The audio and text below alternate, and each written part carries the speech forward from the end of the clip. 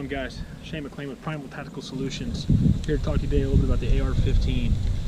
This particular model is the Daniel Defense M4V7. It is chambered in 5.56.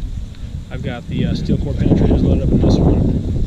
A couple little doodads on here. I got the VTAC tactical sling, 2-point sling, extremely effective sling. I love it. I've used 1 point, I've used 2 points. Definitely a fan of the 2-point. Right now I'm rocking the Vortex Strike Fire 2 red dot optic, and I got the Surefire. I don't remember the exact model on here, but it's the Surefire mounted flashlight. Big fan of the Surefires. It operates in IR as well as white light, so definitely an effective weapon system if you're using low light shooting, things like that. On my hip, as always, rocking the Smith & Wesson M&P 2.0, chambered 9mm. Big fan of the Smith & Wesson M&P series.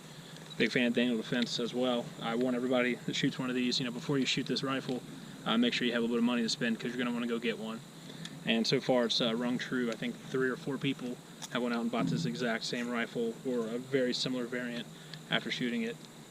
So the point of this video, beyond just a brief introduction to the AR system, is a lot of first-time gun owners have been reaching out to me. Right now it's October 2020. A lot of people going out buying AR-15s for the first time. They've never fired one, they've never disassembled, reassembled, maintained one. Basically all they know is what they've seen in movies and TV shows. Hopefully they've done some YouTubing to get your basic information, but that's not always the case. So I'm kind of putting this out here as a way to bridge the gap, so to speak, between a first-time gun owner and a relatively experienced gun owner such as myself, and what you really need to do to maintain this weapon system. It's not going to be too involved. I'm not going to use too much, jargon, shooter's terms. I'm going to try to break it down layman's. Basic, no tools required maintenance. I'm not going to tear off the gas block or, tear out my trigger or anything like that. It's just going to be, how to shoot, clean, and maintain the weapon system. Probably going to cover some malfunctions as well. I'm not going to go over the pistol in this video, but yeah, just going to cover the AR-15. Like I said, Daniel Defense DD-M4V7, beautiful weapon system, highly recommend one. Without further ado, I'm going to go ahead and get into the video. Alright, here we go with the basic introductory breakdown of the weapon system. So this is AR-15. For first-time gun owners, you're pretty much familiar with this. You've seen it in movies, you've seen it in TV shows, but this is the real deal, right? This is the DD-M4V7, chambered in 5.56. So first thing, whenever you pick up a weapon system, is you assume that it is loaded. Alright, so I want to make sure my weapon's on safe. I'm going to remove my source of ammunition. I'm going to physically and visually check that the weapon's not loaded. So right in here is our star chamber. Put my finger in there. Can't feel around. Look down there. Can't see around.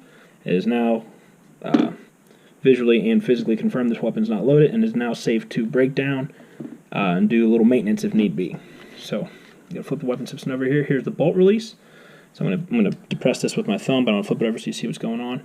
Here my bolt is locked to the rear. Push my bolt release. Now the bolt has rode forward. Bolt carrier group is rode forward. The weapon's now back into quote-unquote battery. So first thing I'm going to do is called shotgunning a weapon system. So you have 2 breakdown pins here and here. I'm going to push this one. So I just push that through here with my finger. Pull this out, and this will be a no tools breakdown, meaning I'm not going to use any tools for this breakdown. Now the weapon system is shotgunned. Right? Get it? Break action shotgun? Yeah, you get it. So from there I'm going to go ahead and depress my other breakdown pin. Push that. Same concept. Pull that out. Don't take that one out as much, it's a little tight. Now you have the upper and lower receivers. So last thing we're going to do with the lower, there's a small pin right here. Depress that with my thumb. Get my buffer out. Now my buffer spring, buffer assembly. That's all we're going to break down on the lower. Pretty cool little feature though, now that you have it here. You can actually put the weapon over on fire, squeeze the trigger, and see the function of the hammer. And actually watch that play out live, real time. Pretty neat. A lot of people don't get to see that. So now we get to the upper receiver. Let's go ahead and put this out of the way. Now, first thing I'm going to do is I'm going to pull in the charging handle right here. Pull that out. We got bolt bolt carrier group, or BCG, and charging handle. And that's all we're going to do with the upper today. Now you could use some tools and take off your hand guards, clean your barrel, kind of take care of that. And I will say, in all honesty, rust will build up inside there over time. So yeah, there will be a point in your life where you'll have to take your handguard off and clean your barrel just with rust. But yeah, that's all we're going to do for the breakdown of the upper. So little fun fact, this is what the ATF, or Alcohol Tobacco Firearms, considers a firearm. It's the lower receiver. That's all there is to it.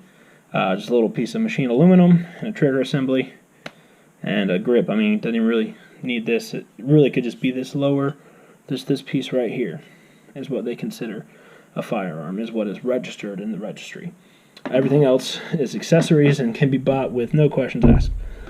Well, before 2020 they could be. So there's a charging handle. Then we're going to go ahead and break down the bolt carrier group. There's a small pin here. Pull that out, just use your nail. There's that guy. Itty bitty dude, throw him in here. We'll pop out my firing pin, a little dirty, shot at some earlier. Then there's one more retaining nut here. Pull that out, if I can get a hold of it. Pull that out. I like to keep everything in my charging handle just so I don't lose it. A lot of small pieces. Anyone who served in the military knows if you lose one of those, bad news bears. So here's the actual bolt. Here's the bolt carrier. Here, this little, you'll see if you look around the bolt, there's this machined line here, right? So that is the extractor. So I like to use my firing pin. Some people recommend it. I've never had a problem. But pull that out. And there's this little tiny pin here. Kind of tricky to get a hold of. Pull that guy out. And then right here. So that is something that you're going to want to... A lot of people don't do this step. I like to do it because it's something you want to keep clean. A lot of carbon builds up in there. And then you could end up having some extraction issues. So what that essentially is doing, when I say extraction, that is the part, the function of the weapon, where it actually removes the casing from the weapon. So you have your ejection, right? But then there's the extraction, where it actually extracts the weapon, ejects the round out of the, not the dust covered port, but yeah, your extraction port. So there's your bolt. Put that back together. So you're going to clean all this. I like to use Hobbs 9 solvent. I'm not name dropping here. It's just the one I've always used since I was a very young man. To each your own. Pick your poison, whatever solvent you want to use. I've seen people use brake cleaner, carb cleaner, all kinds of things. I use Hobbs 9 solvent. Let that sit for a little while. You want to make sure you hit your crevices, right? So up under here, tip of your barrel, star chamber, magazine port, magazine well, things like that. Anything where carbon's going to build up, but just make sure that you're not using a lot, because if anything stays on the weapon system, if you miss some, it will degrade the finish on the weapon. And a lot of these, rifles are not cheap, and not something you want to be deliberately destroying with something that was meant to clean it. So once you get your solvent cleaned off, I just like to use like a shop cloth, like a terry cloth. Some people use old t-shirts, washcloths, whatever. I like the shop cloths because they're not as prone to leaving small fibers. If you use a washcloth, a lot of those will kind of leave like small fibers on the weapon system, which can build up and become problems over time. Beyond that, I will use a barrel snake, which is basically a small brush on the end of a string with a weight. Run it down your barrel, cleans the barrel. I'll use Q-tips for some of I have fat sausage fingers to kind of clean the harder to reach spots on the weapon. And I will also use dental picks, but very, very carefully and with a lot of restraint. I'll use those around my star chamber, anything where carbon builds up. I do use plastic dental picks, not metal. Metal on metal is no good. Obviously, people do it. That's all we had in the Army was metal dental picks. Never seemed to cause a problem, but just using a little bit of logic and reasoning. Scratching metal with metal, one of those is going to end up breaking down over time. So, that's it. If you guys have any questions, where to use your Q-tips, what do you do with this, how do you do that, whatever, feel free to leave a comment, send me a message. I'm open to all questions. I will also say, once you use the solvent, once you wipe it down, make sure you leave a light coat. When I say light, I mean so thin. We were getting some weapons training one time, and there was forget the guy's name, he was retired Special Forces. He came in and said the most misquoted phrase in the military is a light coat of oil. So that some people, that'll be a squirt. Some people it'll be a little dab on your finger. I like to go the route of preservation. A little dab on my finger, just kind of rub it down, and that should do it. And obviously, whenever you store a weapon system, even if it's short-term, long-term, if it's a safe decoration, you want to make sure the gun is oiled to prevent any type of rust or degradation. So without further ado, we're going to go ahead and reassemble the weapon system from here, and then that'll pretty much be it. So bolt carrier, bolt, you're going to put this in here. You'll see inside there's a little hole for your retaining nut. Slide that in, and sometimes this can be a bit tricky, just getting it lined up, ever so right. And there are actually 2 holes in there. Sometimes you have to twist. But get that in. You want to turn it, and that allows, turning it opens the hole inside the retaining pin, or retaining nut. Now the firing pin can go in. You want to go ahead and pull that out. And then this little guy can be tricky sometimes too, because it does have a small flare. Just push that in there, and then you want to get it to snap in. Like I said, that can be a little tricky sometimes. Sometimes you got to pinch it.